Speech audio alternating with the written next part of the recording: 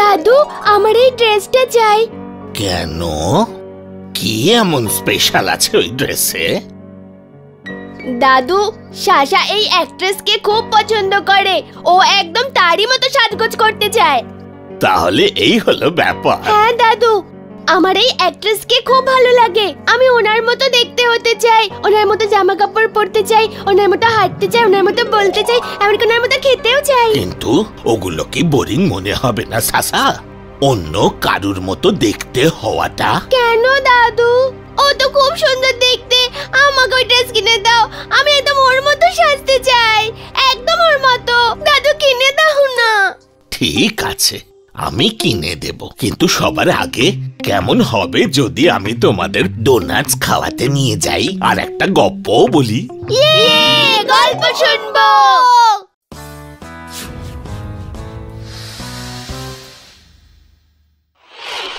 অনেক দিন আগেকারের কথা, একটা জঙ্গলে 4টে ময়ূর থাকতো। আরে এই ময়ূরগুলো কি সুন্দর! ওদের রঙিন পাখাগুলোকে তো দেখ, কি সুন্দর নাচে ওরা। সব দিক থেকে ওরা পারফেক্ট। সেই জঙ্গলে একটা মোরগ বাস করত, যে ময়ূরদের ঈর্ষা করত। সে ওদের মতোই হতে চাইতো। এই ময়ূরদের মধ্যে কি বিশেষ ব্যাপার আছে? আমিও এদের মতো হতে পারি, বরং ওদের থেকে বেশি সুন্দর। তোমার এভাবে ভাবা একদম উচিত নয়। তোমার সেটা নিয়ে খুশি থাকা উচিত যা তোমার আছে। তোমার সাথে তো কথা বলাই বেকার। তুমি কখনোই এসব বুঝবে না।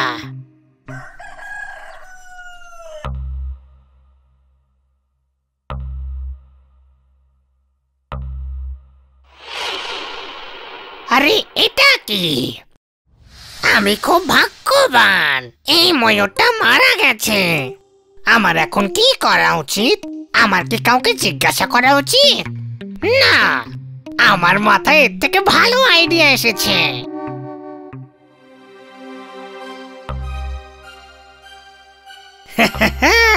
এখন আমাকে একদম আসল ময়ূরের মতো দেখাচ্ছে। এখন আর আমাকে ময়ূরদের থেকে আলাদা করতে পারবে না।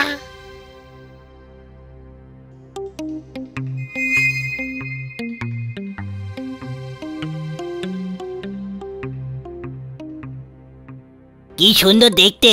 কি সুন্দর ময়ূর! দেখো কি সুন্দর ময়ূর এটা। আরো দিন দিন আরো সুন্দর হয়ে উঠছে। যেমনটা আমি ভেবেছিলাম। এই পশুগুলো কত বোকা। এরা তো পার্থক্যটা বুঝতেই পারছে না। এরা তো আমার প্রশংসা করছে। কি ভালোই না লাগছে আমার। আমি এই জঙ্গলের সবথেকে সুন্দর পাখি। বাহ, জীবনটা আমার কি সুন্দর হয়ে উঠেছে। এই সব ময়ূরগুলো কত ভালো, কিন্তু এই ময়ূরটা খুব অহংকারী। হ্যাঁ, জানি না বাবা, ও এমন কেন? দেখো সুন্দর তো কি হয়েছে। বাইরের রূপটাই সব নয়, তার সঙ্গে ভালো ব্যবহারটাও দরকার। আরে আরে দেখো, মনে হচ্ছে এখনই বৃষ্টি নামবে। এর মানে হলো ময়ূরদের ডান্স শুরু হবে, তাই না? ওয়াও, কি খুশির খবর। ময়ূর নাচ করবে এখন। চলো চলো, সবাই মিলে এখন ময়ূরের ডান্স দেখবো।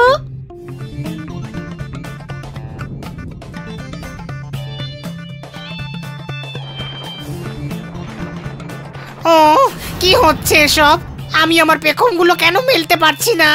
কি হলো ভাই, তুমি ডান্স কেন করছো না? তাড়াতাড়ি করো, তাড়াতাড়ি, বৃষ্টি হচ্ছে। হ্যাঁ, এসো বৃষ্টিতে নাচি। আমি জানি না এসব কি হচ্ছে।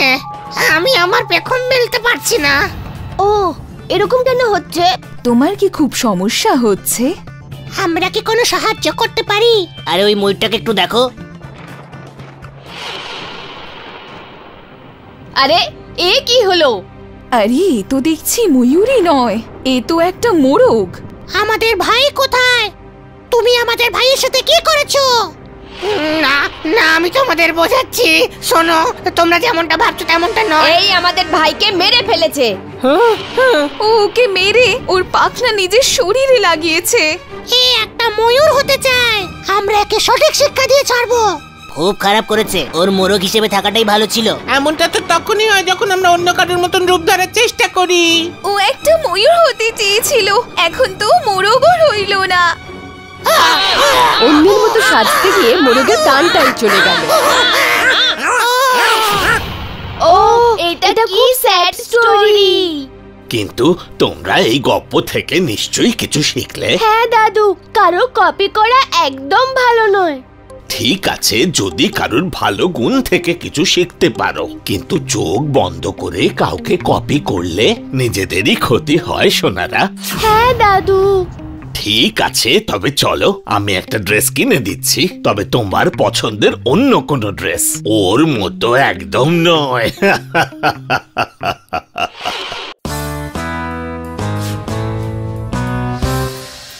এই গল্প এক শ্রমিকের। জগন শেঠলাল চন্দ্রের জমিতে কাজ করত। শেঠলাল চন্দ্রের জমি গ্রামের সব থেকে বড় জমি ছিল, আর ওখানে অনেক শ্রমিক কাজ করত। আর দিনের শেষে শেঠলাল চন্দ্র ওর শ্রমিকদের পারিশ্রমিক দিত। এমনিতে শেঠলাল চন্দ্র তো খুব ভালো মানুষ ছিলেন, কিন্তু উনি জমি দেখাশোনার জন্য কালিয়াকে রেখেছিলেন। আরে ও কমলা, কখন থেকে দেখছি বসে আছো? আরে অত আরাম করলে কিন্তু টাকা পাবে না, বুঝলে? আরে ভাই, আমার শরীর খারাপ। ও সব আমি জানি না, কাজে এসেছো তো কাজই করো। কালিয়া মাঝে মাঝে শ্রমিকদের কথা শোনাতো। একদিন জগন যখন ওর হাসুয়া দিয়ে ধান কাটছিল, তখন অন্য মনস্ক হতে হাসুয়াতে ওর হাত কেটে যায়। সব শ্রমিকরা ওর দিকে দৌড়ে আসে। এক মহিলা ওকে মলম লাগিয়ে দেয়। তারপর সব শ্রমিক কাজ করতে লাগে। কিছুক্ষণ পরে কালিয়া এলো। আরে জগন, কেন বসে আছো তুমি? ভাই, ওর হাতে চোট লেগেছে, কাঁচিতে কেটে গেছে। কাজ তো মন দিয়ে করবে না, আর পারিশ্রমিকও পুরোটাই চায়। আবার এনাদের ওষুধ কেনার টাকাও দাও। একদিন তো শেঠকে ভিখারি বানিয়ে ছাড়বে এরা। এইসব কথা শুনে জগনের খুব রাগ হলো, আরও কাউকে কিছু না বলে বাড়ি চলে এলো। বাড়ি পৌঁছে জগন ওর বউকে সব কথা বলল। বেচারি চোট দেখে কাঁদতে থাকলো। আরে পাগলি, তুমি কেন কাঁদছো? এই চোট কয়েকদিনেই ঠিক হয়ে যাবে। এটা তো ঠিক হয়ে যাবে, কিন্তু ওঠার কি হবে? কালিয়া যে তোমাকে সব সময় কথা শোনাতে থাকে। ওর কি? ওর তো ওটাই স্বভাব। আমি কি বলছি, তুমি কি এই কাজটা ছেড়ে দিতে পারো না? দিন মজুরি করবো না, তাহলে করবোটাই বাকি। আমরা মুরগি কিনে ডিম বিক্রি করতে পারি।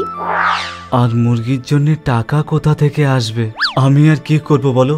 বাপ ঠাকুরদাও তো আমার জন্য তেমন কিছু খাজানা ছেড়ে যায়নি না। মালা ওর হাত থেকে বালা আর কানের দুল খুলে দিল। গয়না শুধু শোভা বাড়ানোর জন্য নয়, অসময় কাজে প্রয়োজন আসে তাই জন্য। না না, এটা আমি নিতে পারবো না। মালা অনেক জোর করার পর জগন নিতে বাধ্য হয়। তারপর ওরা দুজনে একসাথে বাজারে যায় আর একটা সোনার দোকানে গিয়ে গয়নাগুলো বন্ধক দেয়, আর ওরা 2000 টাকা পায়। তারপর এক মুরগির দোকানে গেল। ভাই, একটা মুরগির দাম কত? এমনিতে একটা মুরগি 100 টাকা দাম। আপনি যদি 10টা নেন তাহলে একটা ফ্রিতে দিয়ে দিতে পারি। আরে বাহ! জগন দোকানদারকে 1000 টাকা দিল, আর দোকানদার জগনকে একটা বড় ঝুড়িতে 10টা মুরগি আর একটা মোরগ ভরে দিল। তারপর মালা আর জগন বাড়ি এলো আর বাঁশের টুকরো দিয়ে মুরগিদের জন্য একটা ঘর বানালো। মুরগির ভেতরে খেলা করতে দেখে মালা আর জগন খুব খুশি ছিল। পরের দিন মালা মুরগির সব ডিমগুলো এক জায়গাতে করলো, আর জগন ওই ডিমগুলো বাজারে এক দোকানদারের কাছে নিয়ে গেল, আর ওকে 10টা ডিমে 30 টাকা পেত। এটা ওদের প্রতিদিনের কাজ ছিল। 1 মাস কেটে গেল, আর জগন ওর 1 মাসের লাভের টাকা গুনতে লাগলো। একদিনের 30 টাকা আর মাসে 900 টাকা হয়। আর তুমি মজুরি পেতে 500 টাকা। আমি ভাবছিলাম কিছু টাকা সোনার দোকানে দিয়ে আসি। না না, যে টাকাটা বেশি আছে ওটা দিয়ে আরো মুরগি কিনে নিয়ে আসবো, আরো বেশি লাভ হবে আমাদের। জগন মালার কথা শুনে নিল আর ও দোকান থেকে 5টা মুরগি কিনে নিয়ে এলো। এবার ওরা রোজ 15টা করে ডিম পেত। এই সব দেখে মালা খুব খুশি হলো। পরের মাস যখন জগন হিসাব করতে বসলো তো একদিনে 45 টাকা আর মাসে 1350 টাকা। আরে বাপরে! জগন অঙ্ক বুঝে গেল। আর পরের 3 মাস ধরে জগন 10টা করে মুরগি কিনতে থাকে। সব মিলিয়ে জগনের কাছে 50টা মুরগি ছিল। এবার থেকেও রোজ 150 টাকা করে পেত। আর এটা দেখে ও খুব খুশি ছিল। আর এবার যখন ও হিসাব করলো সারা মাসে 4500 টাকা লাভ হলো। দেখলে আমি বলেছিলাম। হ্যাঁ হ্যাঁ, এবার চলো, কতদিন আমার হাত খালি থাকবে। দুজন সোনার দোকানে গেল। 2000 টাকা আসল নিয়ে সুদ সহ 2250 টাকা হয়েছে। এই নিন। জগন টাকা দিল আর গহনা ফিরিয়ে নিল। ওখানে জগন একটা নাকের নথ দেখতে পেল। ওই নথটির দাম কত? বেশি নয়, শুধু 450 টাকা। ওটাও দিয়ে দিন। মালা নতুন নথটি পরে নিল আর খুব খুশি ছিল। এরপরে জগন ওর ডিমের ব্যবসা চালু রাখলো আর 1 বছর ওর লাভ 30,000 টাকা হয়ে গেল। এখনো নিজের পোল্ট্রি ফার্ম আছে। ফার্মে কাজ করার জন্য চাকর বাকর ছিল। আর ওর ছোট্ট বাড়িটি আজ একটা বড় বাড়িতে পরিবর্তন হয়ে গেছে। জগন আর মালা নিজেদের জীবনে খুব খুশি ছিল। 1 বছর আগে জগন একটা শ্রমিক ছিল আর আজ ও একটা পোল্ট্রি ফার্মের মালিক।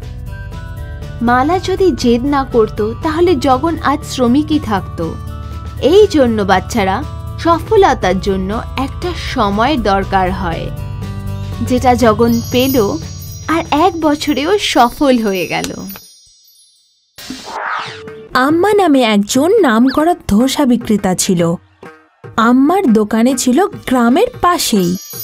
সূর্যের প্রথম আলো আসার সাথেই আম্মার দোকান খুলে যেত আর সেখানে সব সময় খদ্দেরের ভিড় লেগেই থাকতো।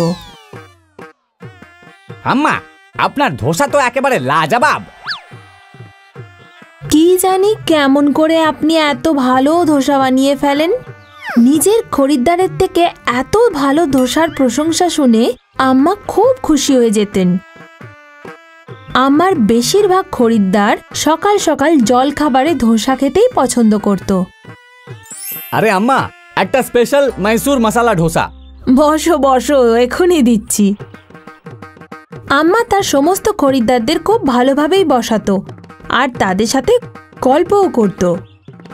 সময় চলতে থাকলো আর সময়ের সাথে সাথে আম্মার দোকানও অনেক বড় হয়ে গেল এবং আম্মার সাহায্য করার জন্য আরও 2জন মহিলাকে কাজে রেখেছিল। তারপর আম্মা বসে বসে খরিদ্দারদের কাছ থেকে টাকা নিত আর তাদের সাথে কথা বলতো। আম্মার সাহায্যকারী মহিলাদের মধ্যে একজন ছিল বিনা, যার সবসময় নজর থাকতো আম্মার টাকা পয়সার ওপর। এখানে আমরা 2জন সারাদিন শুধু কাজ করতে থাকি আর আম্মাকে দেখো সারাদিন শুধু টাকা গুনে যাচ্ছে। আর আমরা কি পাই বলো তো? আমরা তো আমাদের মাইনে পেয়ে যাই। ওই দিয়ে কিছু কাজ হয় নাকি? ওইদিকে দেখ, আম্মাকে দেখ, সারাদিন টাকা গুনে যাচ্ছে। এসব ওনার রোজগারের টাকা। বছরের পর বছর তিনি এত পরিশ্রম করেছেন, তার ফলস্বরূপ এই দোকানটা এত বড় হয়েছে। আমি তো তোকে সেটাই বোঝানোর চেষ্টা করে চলেছি। আমাদের নিজেদের দোকান তৈরি করে পরিশ্রম করা উচিত। না রে বাবা না, এসব আমার দ্বারা হবে না। আমার জন্য এই মাইনেই তো ঠিক আছে রে। বিনা অনেক বোঝানোর চেষ্টা করলো, কিন্তু লক্ষ্মী তার কোনো কথাই শুনতে চাইল না। বিনা অনেক দিন ধরে তার নিজের দোকান করার কথা ভাবতে লাগলো। অবশেষে একদিন বিনা তার নিজের ধোসার দোকান খুলেই ফেলল। আম্মার 10 টাকা করে ধোসা বিক্রি করত, কিন্তু বিনা ধোসার দাম 8 টাকা করে দিয়েছিল। আস্তে আস্তে বিনার দোকানে সব খরিদ্দারের ভিড় লেগে গেল। এই দেখে বিনা খুব আনন্দ পেল, কিন্তু শীঘ্রই তার মধ্যে অহংকার এসে গেল। আম্মা খুবই সাধারণ ছিল এবং সে তার খরিদ্দারদের সাথে খুব ভদ্রভাবে কথা বলতো। কিন্তু বিনার অহংকার খুবই বেড়ে গিয়েছিল। দিদি একটা মশলা ধোসা দিন তো। হ্যাঁ হ্যাঁ দিচ্ছি, তোমাকে কিন্তু 10 মিনিট অপেক্ষা করতে হবে। ঠিক আছে দিদি। বিনা সব সময় তার খরিদ্দারদের দীর্ঘক্ষণ অপেক্ষা করিয়ে রাখতো। এই নাও তোমার মশলা ধোসা। দিদি আমাকে ওই সবুজ চাটনিটা একটু দাও না। দিলাম তো সবুজ চাটনি, আর কত দেব? বিনা মাঝে মধ্যেই ছোটখাটো ব্যাপার নিয়ে তার খরিদ্দারদের সঙ্গে ঝগড়া করত। কিছুদিন পরে বিনার অহংকার এত বেড়ে গেল যে সে ভাবল সে যাই করুক না কেন খদ্দের তার কাছেই আসবে। কেননা আমার ধোসার দাম কম, তাই সব খরিদ্দার আমার কাছেই আসবে। রোজ রোজ সকাল 6টায় দোকান খুলে আমি পরিশ্রান্ত হয়ে গেছি। একটা কাজ করি, কাল থেকে 6:30 থেকে 7টায় দোকান খুলবো। যদি খরিদ্দারদের অপেক্ষা করতে হয় তাতে আমার কি, আমার তো ভালোভাবে ঘুমটা হয়ে যাবে। পরের দিন সকালে রোজের মতন আমার দোকান ঠিক সকাল 6টায় খুলে গেল, কিন্তু বিনার দোকান বন্ধ ছিল। এই দেখে সব খরিদ্দার আমার দোকানে চলে গেল। গ্রাহকদের ভিড় দেখে আম্মা বুদ্ধি করে নিজের দোকানের ধোসার দাম 8 টাকা করে দিল।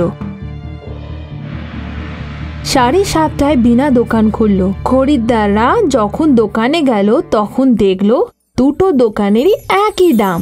এটা দেখে আরে বাহ, আম্মাও ধোসার দাম কমিয়ে দিয়েছে। অনেক দিন হয়ে গেল আমরা আম্মার ধোসা খাইনি। তারপর সারা দিন আমার দোকানে খরিদ্দারদের ভিড় লেগেই থাকলো। আর এদিকে বিনার দোকানে 1-2জন খরিদ্দার আসছিল। বিনা মনে মনে খুব জ্বলছিল, আর সেই কারণেই সে খরিদ্দারদের ওপর আরো বেশি চেঁচামেচি করে ফেললো। চাই না তোমার ধোসা আমি, তুমিই খাও। সব খরিদ্দার আমার দোকানেই চলে গেল। আজ আম্মা খুব আনন্দ পেল, কেননা আবারও তার দোকান খুব ভালোভাবে চলছিল। কিন্তু বিনা হিংসায় আম্মার ওপর জ্বলছিল। বাচ্চারা, এই গল্পে আম্মা কিছুই করলো না, কিন্তু বিনার অহংকার তার নিজের ভালো ব্যবসাটাকেও নষ্ট করে দিল। যদি ও প্রথম থেকেই খরিদ্দারদের সাথে ভালো ব্যবহার করত আর অহংকার না দেখাতো, তাহলে আজ ওর ব্যবসাও খুব ভালোভাবে চলতো। এই জন্যই বলে অহংকার পতনের মূল কারণ।